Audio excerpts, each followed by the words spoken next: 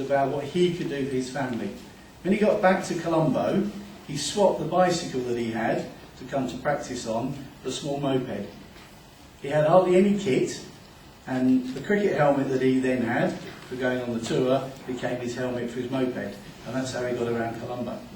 And gradually the kit got a little bit more and more. So rather than having the boots tied around the handlebars, he then had a bat in his bag, and the bat handle would stick out the top from the cricket helmet as he rode around Colombo. Now he wasn't alone, there were lots of others doing exactly the same. And as his career has gone on, gradually he's been able to help his family even more. He became man of the series in the Asia Cup in Pakistan. He got 6 wickets in the final against the Indians. When he got back, he was given a car. And he didn't take the car for himself, he gave the car to his mum, his 2 brothers and 2 sisters for them to use to get around Colombo. And he carried on his moped. Now, why share that story with you? Well, I use that as a bit of an inspiration for myself, if you like. That was very moving for me to watch. You hear lots of stories about what cricket means to people in Asia, on the subcontinent. It means an awful lot to them. It's an opportunity, it's a way to improve their life. It's a fantastic way for them to improve their life. And Ajantha, as I say, is a great example of that. He comes back to what I said earlier about making the most of your ability. And the reason I say that for some people that's quite frightening, that's quite daunting, is it means a lot of sacrifice. It means a lot of maybe going without what you would normally do. And in some cases, it means cutting back on your social life. It means cutting back on certain things and being very disciplined, very dedicated, very driven, needing that desire, needing that love to succeed. And it doesn't matter what you do, it doesn't matter what your career is, you need to have that drive about you. The 3 teachers that have been here for between 25 and 33 years, the drive, the desire to be as good as they can be must have been immense. Because by the sounds of it, they didn't just go through the motions, turn up, do their lessons and go home again. They gave a lot more to the school beyond, a lot more to the pupils at the school beyond.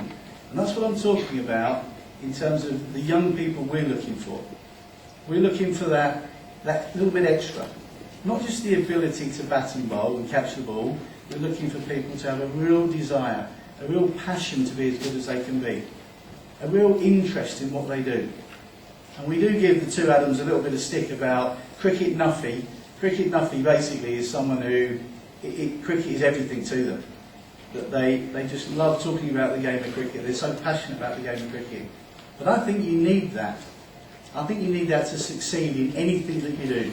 And it doesn't matter what all of you youngsters are looking to do with your lives, how you progress through school, and it may just be from moving from one year to the next, from the final year here onto higher education, or into a career. The desire to want to do that, the desire to look forward to doing that, and the drive and determination to be as good as you can be in whatever you do. That for me is absolutely fundamental. Will the 2 Adams go on to be international cricketers? I don't know that. I can't say that now. I can't say they're going to follow Geraint Hines and play for England and win the Ashes.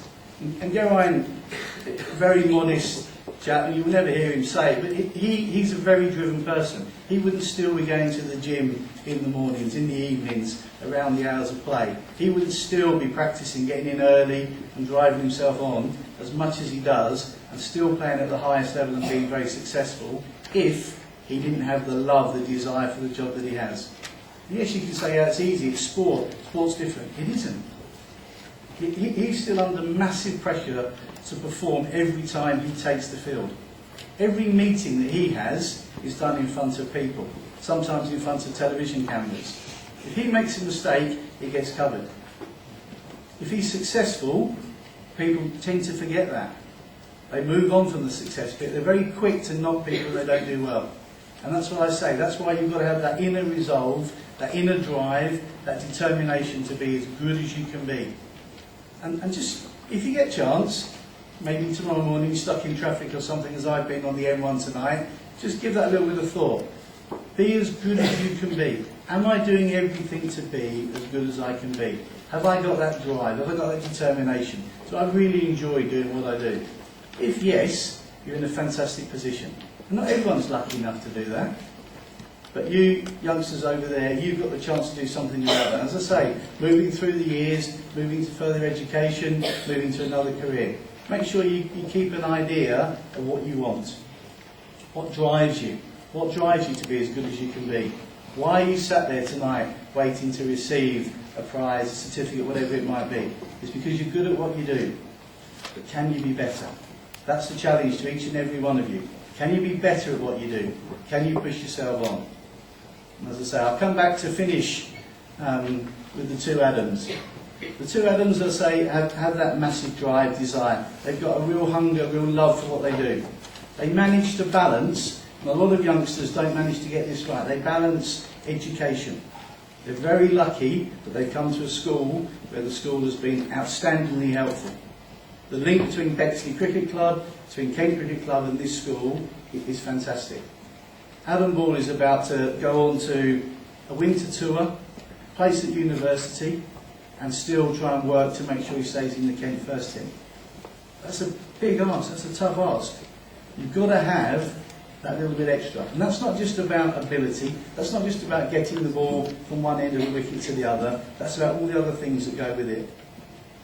And to both Adams, I applaud them for what they do. I applaud the school for the success that you've helped them gain. And it is down to the two lads, there's no question. Everybody else around them, us as coaches, Geraint as a senior player, and captain the last few weeks, he can help and guide. But he can't do the legwork. He can't push them boys on. And as I say, I'll finish with those two. Will they be international cricketers? Will they have careers as long as Geraint's? Will they have the accolades? I can't tell you that. Nobody knows where they're going to end up. But what I can say is it won't be through lack of effort. It won't be through lack of desire. It won't be through lack of passion. And it's funny, when you see people having all of those things, it's amazing how much they enjoy it as well. The enjoyment factor is there for you to see. And you don't have to know them well, you just have to watch them do what they do, to know that they thoroughly enjoy what they do. So, I'd just like to finish by saying congratulations to all the prize winners, congratulations to the school as a whole, because there really is a fantastic field here, and without the dedicated staff doing that little bit extra, unfortunately youngsters don't get the help that they need. So congratulations to all, congratulations to the parents that are here tonight, and congratulations to the prize winners. Thank you very much.